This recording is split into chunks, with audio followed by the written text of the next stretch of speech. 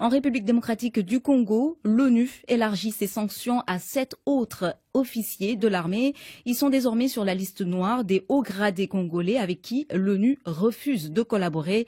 Leurs noms s'ajoutent à ceux de 2 autres officiers, tous mentionnés dans un rapport jusque-là confidentiel qui a fuité dans les médias. Dans ce document, l'ONU affirme qu'il existe un risque réel que ces militaires aient commis des violations des droits humains, de quoi attiser les tensions qui existent déjà entre Kinshasa et les Nations Unies. Correspondance de Kinshasa, Pauline Mouzalia. Dans ce document qui aurait été transmis au Conseil de sécurité, le secrétaire général de l'ONU, Ban Ki-moon, explique que la MONUSCO a passé en revue 124 officiers de la police et de l'armée. Il en ressort que 7 d'entre eux ne remplissent pas les critères des Nations Unies en matière des droits de l'homme.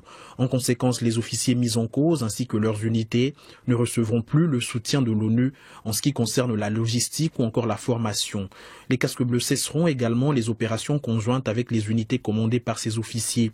Pour l'instant, la MONUSCO et l'armée congolaise refusent de commenter ce rapport. Seule réaction jusque-là enregistrée, celle de Zenon Mukongo, ambassadeur de la RDC à l'ONU. Contacté par l'agence Reuters, le diplomate a estimé qu'il ne s'agissait là que d'allégations et que selon lui, l'ONU n'avance aucune preuve pour étayer ses accusations.